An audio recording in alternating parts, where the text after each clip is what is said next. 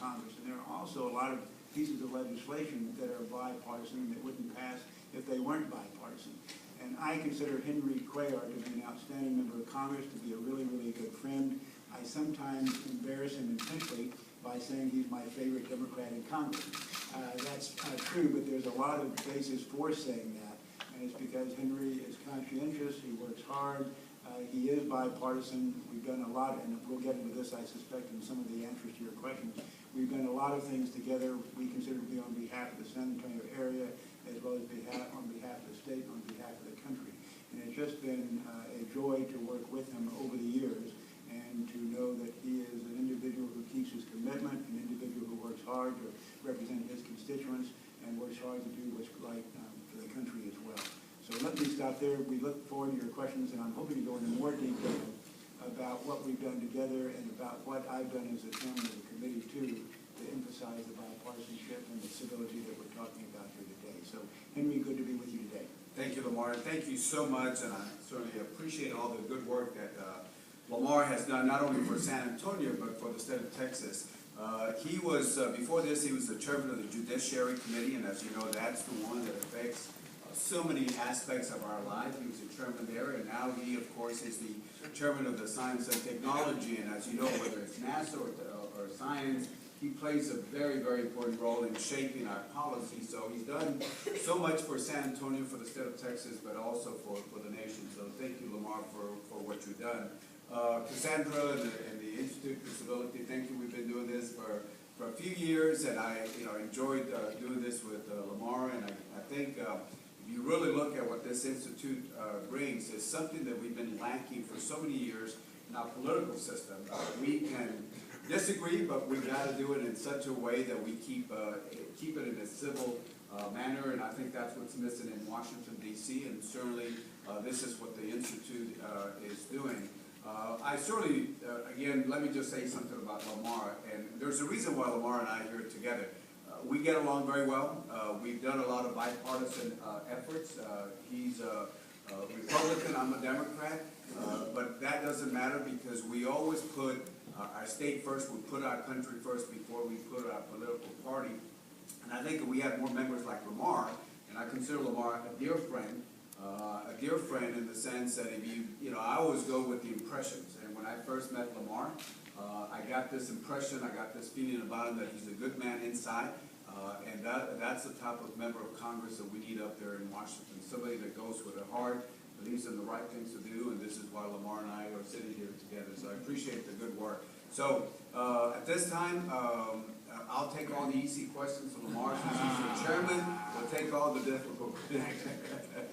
If you have a question, please raise your hand. We'll get a microphone to you. Don't be shy. Let's go. Give us your name and address and social security to make sure we answer the question very well. I've got a microphone here, so in addition to being civil, please be economical with your questions so that we can get to as many as possible, okay? Let's go. We can't see all the hands, so one at a time. One at a time. You ought to feel free to ask about any subject you want to as well, whether it has to do with our committees or our attitude or whatever. Ask about anything you want. Okay, we go.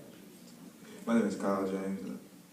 I wanted to know what subcommittees, like what is it like being on a committee? What is it? Henry and I both sit on more than one committee. As Cassandra mentioned in her introduction, I'm chairman of Science, Space, and Technology. I'm also a member of Judiciary and Homeland Security. And each of those committees has subcommittees, usually 5, and members typically sit on a full committee as well as 2 subcommittees. So that keeps us busy and off the streets and out of trouble. But as you know, the legislative process is such that all legislation has to start in a subcommittee, or most legislation starts in a subcommittee. You have a hearing, then you mark it up or approve it, then it goes to full committee. That has to be approved at full committee. You have lots of amendments and so forth. Then it goes to the House floor. It's either turned around by the Senate, or the Senate has a companion bill. And of course, if there's any differences, you go to a conference committee and work out the differences. Then the president signs or doesn't sign or vetoes the legislation. So it's a long, long process. Maybe this is digressing, but maybe it's a point to be made here that the first bill that I ever introduced was totally non-controversial. Everybody supported it. It was to expand Big Bend National Park by about 40%. properly, nobody was opposed. Business supported it, government was supported, everybody supported it. It took 2 years for that bill to become law. So the process is much more arduous, much more complex than you might think. You can imagine for a complex piece of legislation, it might take many, many years, and we can get into that more in a minute. But the subcommittee structure, to go back to the question of the committee structure, is a structure that all legislation has to pass through, and it's not always easy. Something like, by the way, 2%, 1% of all the bills introduced actually become law, so the odds are against you when you introduce legislation to begin with. The legislative system is based to kill bills and not pass bills, quite honestly.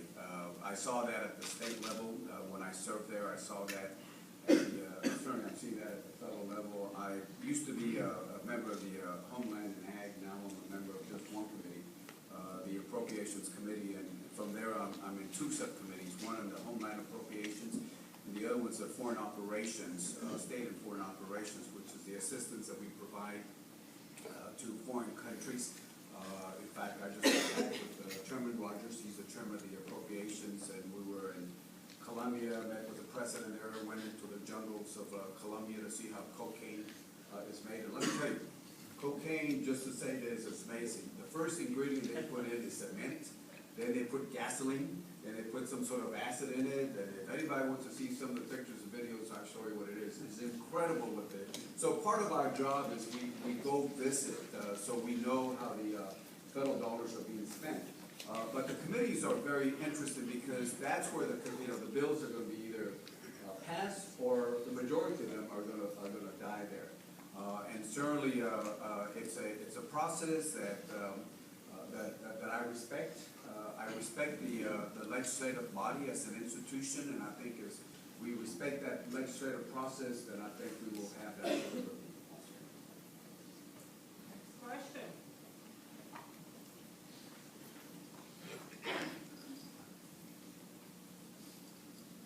Hello, my name is Story Wright. I was wondering what y'all were doing in order to encourage bipartisan communication in the House. Well, the first thing is doing what we're doing right now. I think the more we, I think the more we get to know each other, the better it is. Let me tell you, I think I heard this from actually Chairman Rogers about a year ago, and I think he said it right. Somebody asked him, why is there not the bipartisanship that there used to be many years ago? And he gave 3 reasons, and I thought it was rather interesting. I added a 4th reason. Let me give you the 3 reasons he gave, and then I'll give you one. One, he said the invention of the airplane. In the old days when members of Congress would go, they would go up to Washington, D.C., move the families there, and they couldn't fly back right after the last vote. So they would move the families, and if you stay there, you get to know the person. The more you get to know the person, the less it's likely that you attack that person the way that happens now. Now, because of airplane, after the last vote, I fly back with a lot of members. We all fly out to different parts of our districts, and we fly back. So one was the airplane, because you just can't stay in Washington. 2, he said that it was the television on the floor. And it's interesting because I remember, and the reason he's saying that is because instead of talking to members, they're actually talking to an audience. So you're talking to an audience outside. And the 3rd thing he said was the fact that there's a lot of record votes that are done now. And by record votes in committees or subcommittees or whatever the case might be, or on the floor, by adding those record votes, then you can use that, and sometimes there are good amendments, and sometimes there's amendments just to catch the other side. And once you put a record, you can run a 30-second spot there. So those are the 3 reasons the chairman. The last one I added was the window. What do I mean by the window? Well, if you look at it, after every election, people usually get together, hey, we're going to work together, we're going to have bipartisanship, we're going to go out, they call it going out on dates. Remember, it's on the State of the Union, who's your date, who's going to sit, who's the Republican, who's the Democrat that's going to sit there with you. I guess we didn't do it this last time. But by that, and then a little bit after that, people they're in the mood to work things out, and then guess what happens? That window disappears, because what's happening after that?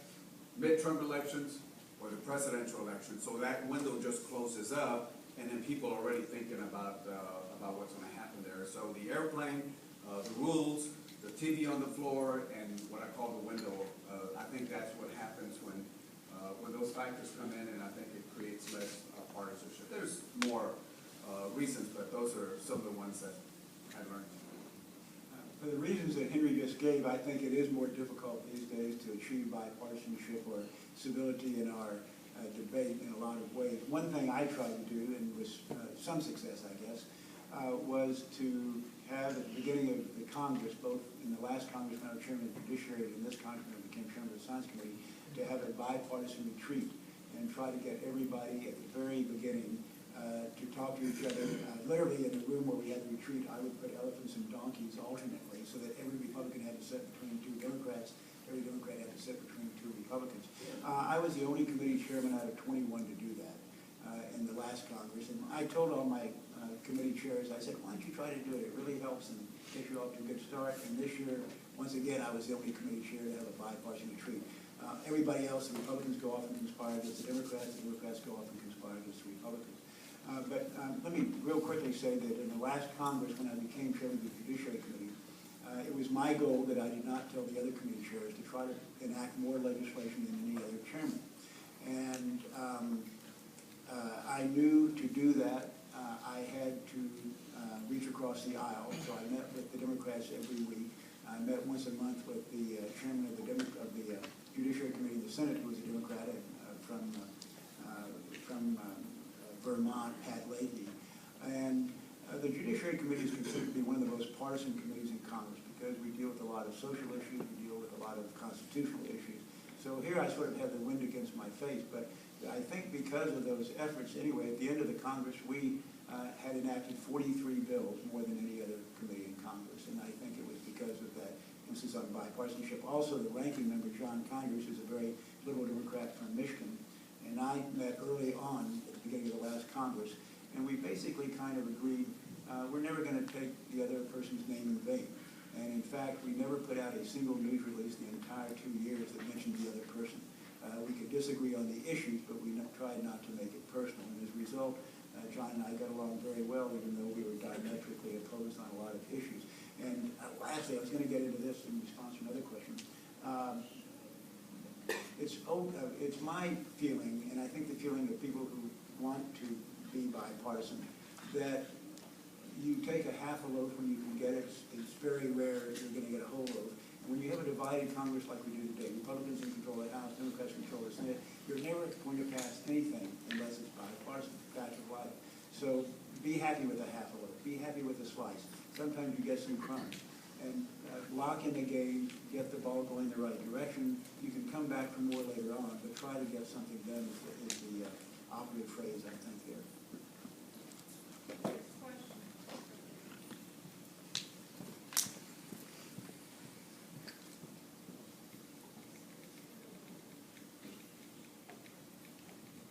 Hello, I'm Shayla Fiorito. I was wondering if you guys thought that our government would benefit if there were more independents in the House. The government would benefit if there were more independents in the House? Yes. Just Probably to create benefit more of a, if so there it's not so divided, I guess. Right. It would probably benefit if there were more independent-minded individuals, but of course, in our system of government, you've got two parties, so you're either Republican or a Democrat. There is, I guess, one independent, or there used to be in the Senate, there's maybe one in the House, but they still have to caucus or declare their allegiance to one party, or they're not going to get any committee assignments or anything like that. So it's a two-party system, a two-party structure that we have to work with right now. But the independent thinkers are the ones you're referring to, and they're the ones who don't always go the party line or are willing to, I think, reach across the aisle. And I want to give a couple of examples of Henry Cuellar, who has done an outstanding job in this regard. You mentioned that he was on the Appropriations Committee. That's the committee that decides how money is spent. Well, 2 or 3 years ago, he was able to secure some funds for an eye clinic on the east side of San Antonio. So happens the eye clinic at that point was in my district. I really didn't do much to get the money. Henry did all the heavy lifting on the Appropriations Committee, but he invited me to a news conference, and at the news conference gave me credit for helping to get the money. He didn't need to do that. that's an example of somebody being bipartisan and civil and independently minded. Another example with Henry was a bill in the last Congress where I did it had to do with STEM education, science, technology, engineering, math. And I thought it was going to be a bipartisan bill, but it turned out in the end, and Henry co-sponsored, Lamar with you, I co-sponsored, and it turned out not to be a bipartisan legislation I was expected.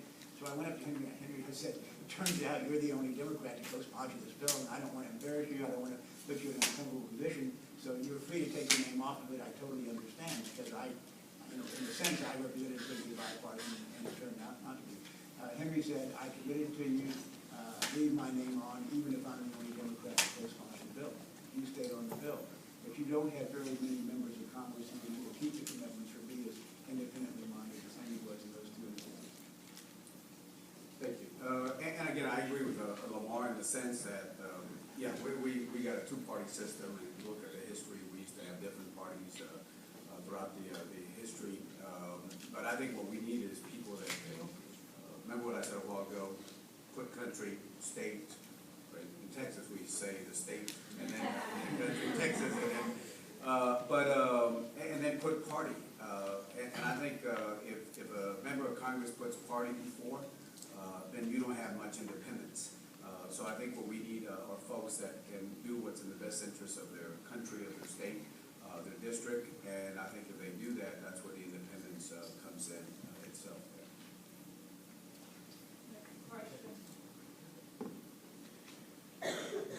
Thank you for your time. My name is Joseph Walsh, and I just had a quick question on if you guys were for or against the Keystone Pipeline expedition, and if so, why have you guys not got the ball going to bring it down to Houston?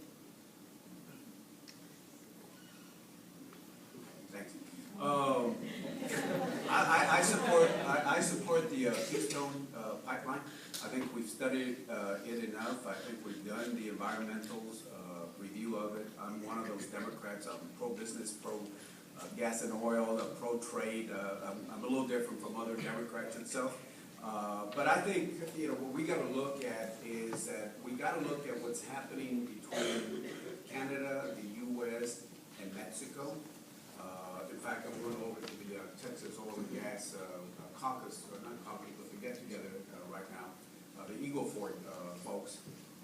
And if Mexico, as you know, they just went through the energy reform, if they do it right, get the right technology, the right investments, I really think that the U.S., Canada, and Mexico will be the new Middle East of the world. Right now we're using fossil fuel, but at the same time we got to put resources to look at alternative energy. But we got to understand whether it's solar or whether it's wind. It's going to take a while for the transition. But right now, this is what we have, and we got to do this in a safe, environmentally safe way of doing this. The Keystone, again, with all due respect, the president just delayed it, and I think by coincidence, he just delayed it right after the election. And I think it's something that should be done itself. By the way, we know about pipelines. Has anybody ever seen all the pipelines that we have in the United States already? If you haven't seen a map, I'd be happy to share it with you. It's not the only line, the only pipeline. In fact, if you look at the pipeline between Alaska and coming down, that was also controversial. We don't hear about that pipeline anymore itself. And I've always said is it safer to carry fuel through a pipeline or to carry them through rail cars? Or in other words, we've seen some of the accidents, nothing against rail, but we just got to be safe on how we use the energy. But I'm one of those, like Lamar, we don't want to be dependent on some other country. We've seen what happens when we're dependent on other countries, and I think we got to do this in a safe way. And I'll just say this. I've seen the energy business in the sense that between Laredo and San Antonio, the Eagle Ford, anybody from LaSalle, McMullen, Pearsall, any of those areas, if you see that area has been transformed. Thousands of jobs, billions of dollars that have come in. It's just transformed it. There are challenges, but again, as a country, you got to have an energy resource. Canada, it's a very friendly country, and I think we ought to work with Canada and Mexico a lot more than other countries. Yes, I support the Keystone Pipeline. It will create jobs. It's already been approved by the environmentalists. It's been approved by the various countries involved, even by the states. It would mean a lot more jobs to Texas. We're sort of the end of the pipeline. And to be civil today, I wish the president had not postponed it indefinitely. I thought there was no good reason to do that, and I appreciate Henry's support for it. Next question. Hi, I'm Nadeep Gonzalez, and my question was, so what is an example of something that you are working together that's pretty recent, and what's the process like? Is it, I mean, are there obstacles that are coming up, or is it pretty calm going through it? Just something recent, something that you guys are working The two of together, us have worked on. or yes, working together, or any example of something that's going on. Okay. I'm ready for this. I wrote down some things that Henry and I have worked on. I mentioned running the eye care center on the east side. That was $1 million project. Other things we worked on, the new federal courthouse for San Antonio would be one. We worked on the Mission Trail here in San Antonio. In fact, all of us in the delegation, there were 5 of us who live in all the part of San Antonio or Fort Bexar County. And we worked on that together. So you have the missions, federal courthouse has been a joint project. Henry and I worked on the new Terminal B for the airport. That happens to be in my district, but Henry helped get the money for it, so that was something that we worked on together. To go back to something now, this is, you said we're currently, I'll go back 3 years because it was so significant. During the redistricting process that occurs every 10 years, that's required to occur in every state, Texas went through a pretty rough redistricting process, and Henry and I worked on a bipartisan map that was approved by 35 of the 36 members of the House from Texas, and it had been a good redistricting map. We thought we had it all made, and then at the last minute, the governor decided he wanted something different, so we didn't get to implement the map that we would have. That was taken to court. The court basically came out with a map very similar to the one that we had proposed, so we sort of got to say, we told you so at the end, but it was a long process. It took a year, and it cost a lot of money. So that would be one example. I'll go back beyond just Henry and me, but those are examples that involve us, as well as the San Antonio delegation, Texas delegation, well as too. But in the last Congress, real quickly, 2 bills that would be bipartisan. One was a bill I spent 6 years on called the America Invents Act. It had to do with bringing the patent system up to date. That created a lot of jobs. It protected a lot of intellectual property and so forth. Again, 6 years in the making, but bipartisan. Couldn't have done it without Pat Leahy, then the chairman of the Judiciary Committee in the Senate. The last bill passed in the last Congress that was signed by the President in the Oval Office was a bill that I introduced with Debbie Wasserman Schultz, who's a Democrat from Florida, and it had to do, again, you look for common areas of interest. It was an effort to try to reduce the fastest growing crime in America, child pornography on the internet. Something that Debbie had an interest in, something I had an interest in. I couldn't do it by myself. She couldn't do it by myself. By the way, I don't kid you for a second. If Debbie had been on the bill, we would not have signed it in the Oval Office. So she would have helped in that regard. But that gives you an example where you look for areas in bipartisanship, stability as possible. Anyway, Debbie, by the way, you have to realize how bipartisan this was. Debbie Wasserman Schultz spends 24 hours a day trying to defeat as many Republicans as she can. And so for us to work together, we're trying nice, and it ought to happen more often. But again, going back to Henry Cuellar and I, we worked on a half a dozen things just in the local area, and they've worked out, and there's been no acrimony, there's been no sense of who gets the credit or anything like that, and that's why it's a good partnership, I think. Ditto. Next question. Hey, I spent a couple years in the Marine Corps, and a couple weeks ago I read an article online that they're planning to do some pretty drastic military drawbacks as far as budget and personnel. And I'm curious what the kind of the path forward is to keep the U.S. a world superpower when our military has always been kind of one of our big, things that we swing around. So where are we going with that if we kind of draw that back? People usually ask me 3 things in the same breath. Congressman, you got to get rid of that horrible deficit. Congressman, don't raise our taxes. And Congressman, my area is the most important program in the whole world, so you gotta put more money into it. And whether it's, you know, the armed services or education is one of my biggest things that I've always supported, especially when I was at the state level. It's hard. Right now, we have roughly a $3.5 trillion budget. Income coming in is a little bit over 2.7, and therefore the deficit is that difference. And I think this year the deficit now is about $458 billion. So it's gone down from over $1 trillion down. But every time you're at $500 billion or less than $500 billion, it keeps adding to the debt itself. So if you get that difference, and then if you take the approach of a business person and say, you know what, cut everything to match your revenues like most businesses do, then Lamar and my job would be a lot easier, because all you could ask us is about the entitlements, Social Security, Medicare, veterans benefits, and what about transportation? Sorry, there's not enough money. What about education? Sorry, there's no money. What about the military? Sorry, there's no money. So that's the issue that we're facing right now. Right now we're dealing with the budget itself. It's a little bit over $1 trillion on the discretionary funding. Over $1 trillion in the discretionary funding. Remember I said 3.5? What's the other 2.5? Entitlements. And that's the area that we need to go to, is the entitlements. And out of the little bit over $1 trillion budget that we're looking at this year, half of it is the military. Pretty much half of it is the military. The rest is education, transportation, homeland security, everything that's not defense. So we have to figure what priorities we have to set. Even within the Department of Defense, we have to come up with a lot more priorities and find a lot of cost-saving measures. But anytime you deal with very sensitive issues, and I'll give you an example, Paul Ryan had talked about cutting the retirement of the younger veterans.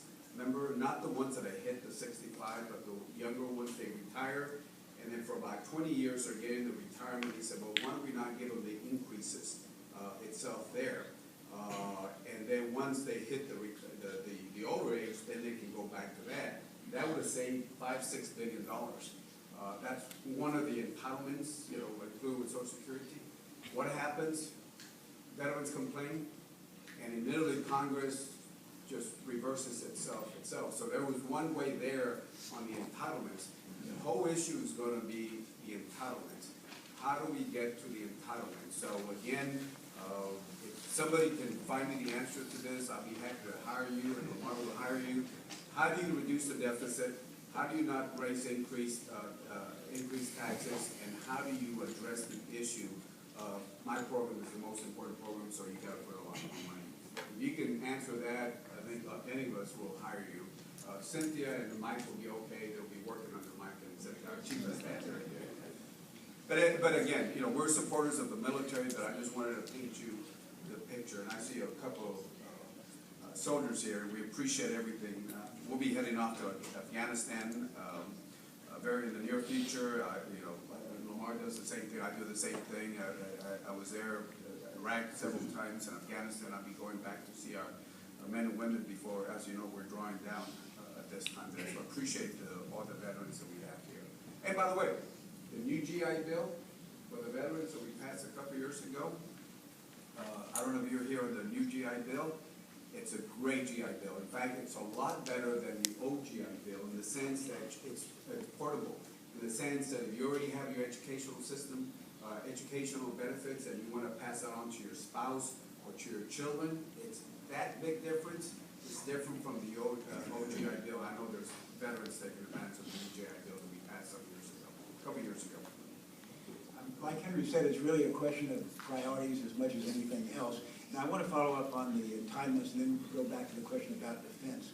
In regard to entitlements, you're talking about Social Security, Medicare, and Medicaid.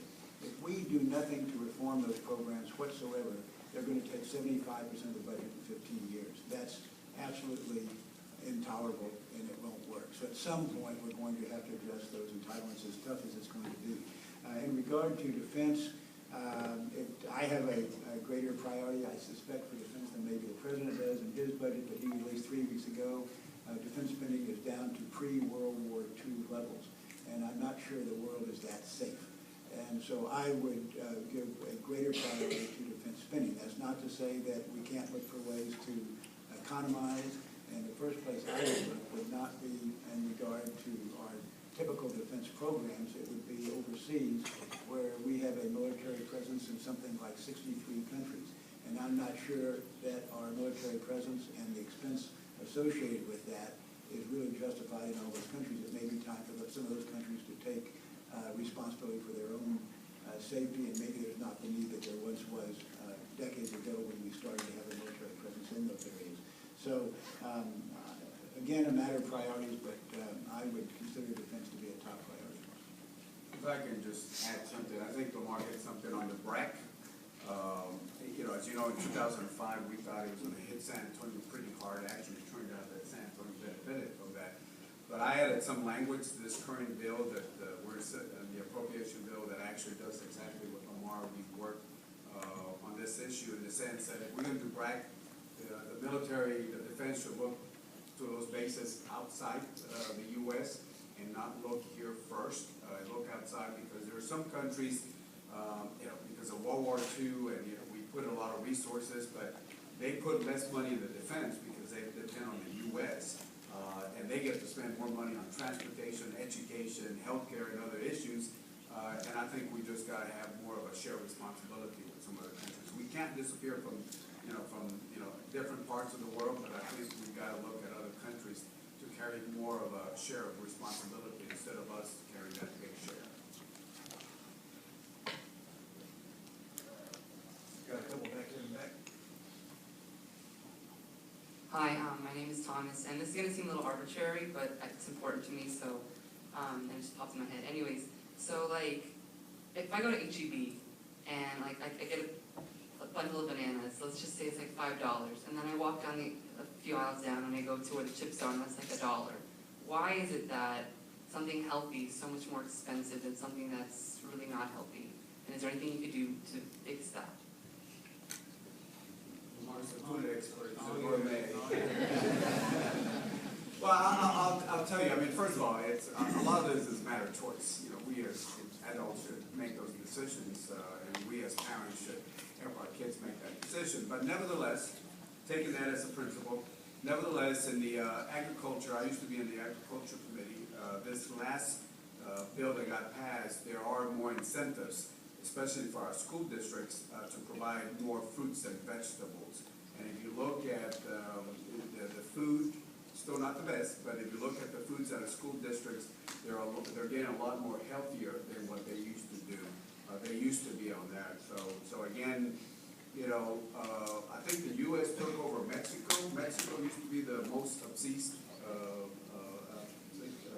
obese country, and we just beat Mexico. We're #1. I don't know if that's what we want to brag about, but a lot of it is those choices that we've got to look at. But the government can't tell people what they can eat or what they can do. There's limits on it. I believe in limited government. But again, there are some incentives, and at least for the school districts in this last agriculture bill, the farm bill that we passed, we did add some of those incentives for at least our school districts itself. That's a tough question. Why are healthy foods sometimes more expensive than less healthy foods? Sometimes I don't think that's intentionally done. I don't think people are trying to sell more unhealthy foods or trying to make healthy foods more expensive intentionally. I think that's just the free market. And sometimes the process that you go through to produce a healthier product takes more time, takes more hours, and therefore adds to the cost.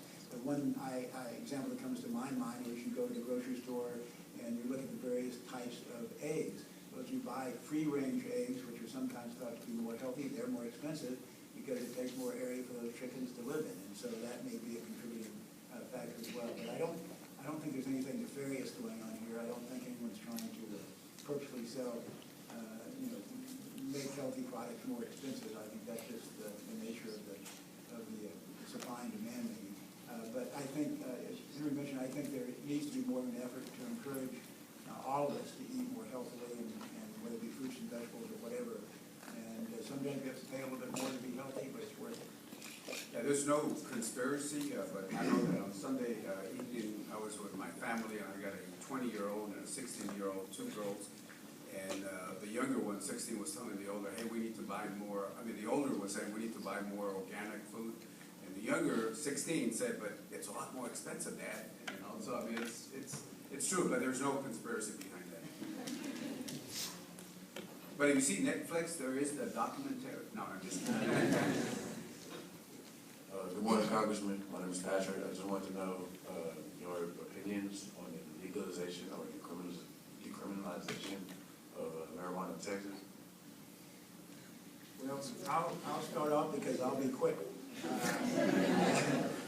I'm opposed to I'm opposed to legalization or the decriminalization of marijuana, and would vote against making it legal, and I regret that a couple of states have made it legal.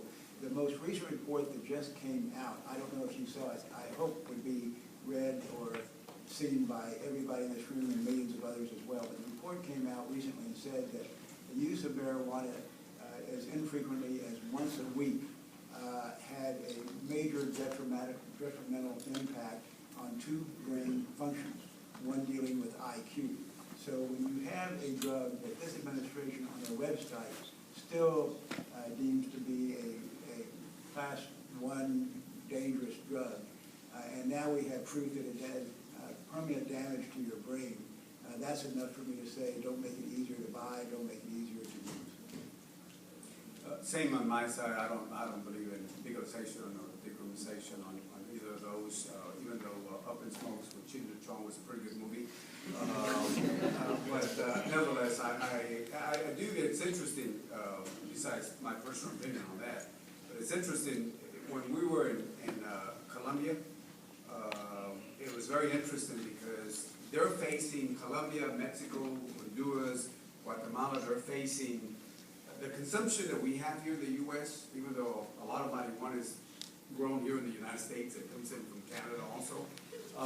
It was interesting because the president of both Mexico and Colombia, they both mentioned, especially the law enforcement, said, you know, now that you have had a couple of states that have, decriminalized that, legalized that, it's been very interesting because that has affected them. Because remember, we consume $25–30 billion of drugs that we send off to Mexico, and they're the ones that are facing the murders, the killings, the society that's just broken up. When you have weak civil institutions, whether it's the judges or the prosecutors and all that, the bad guys, the narcos, are taking over those societies. They really are taking over some of those small, especially in Central America, like Honduras. So it's one of those things that we got to understand that as we use drugs, there are people out there somewhere they're being killed for those drugs itself. And we as a country, I think one of the hardest questions I've asked myself, and we've asked as the war on drugs, how are we doing on that? We spend billions of dollars. I got 3 brothers who are law enforcement officers. One's a border sheriff right now. He was in narcotics intelligence for DPS for 27 years. I got 2 other brothers are peace officers, so it's something that we've looked at for a long time. But I'm one of those that I think we need to spend a little bit more money on rehab also. Last question. Sorry. When I think about areas that are hard to get cooperation on, one of the things I think about is the tension between military expense and expense for mental health care, medical research in cancer, infectious disease, pediatrics. How do you see solving those problems? How do you see working across the aisle in solving those problems? Yeah, I'll be happy to take that. As I mentioned, out of the $3.5 trillion budget that we have every year, 2/3 of that is an automatic, the entitlements. 1/3 of it is in the discretionary funding. Half of that is in the military, and the other half is what we're dealing with the rest, education, transportation. And again, big support of the military, big support of homeland safety. I think safety, when you look at some of the basic functions of government, safety is one of them. But along that is the healthcare and the education also of our society. We do a little bit less up there in Washington, but I know that when I used to chair the budget, and this were the good old days, I want everybody to listen to this. When I was in the state of Texas, I used to chair the budget for higher ed. Those were the days when we put tuition revenues. In fact, in the old days, there were, in the 1990s, out of the $1 billion of tuition revenue bonds, there were 2 universities that got 10% each. UTSA and Texas A&M and Laredo also. And those were the days that we would put money into education. I was the author of the Texas Grant, largest scholarship in Texas history. I believe a lot in the education part of it. The education is so important to me. But the other thing is healthcare, especially mental health. I think we need to do a lot more. You know, the debate, I don't want to go into the debate of guns. I'm a NRA, I think I still have an A-rated NRA. But there's a lot of people that talk about, well, there's other causes like mental health and violence and video games and all that, but on the healthcare, on the mental health, people talk about it, but they don't put any money. And I'd rather see, you know, if you're going to do the talk, then you need to do the walk also. And I think we need to do a lot more in the healthcare and the education part of it. Everything else is important, but again, there are certain priorities. And a member of the society to be strong, they got to be healthy, and they got to be well educated.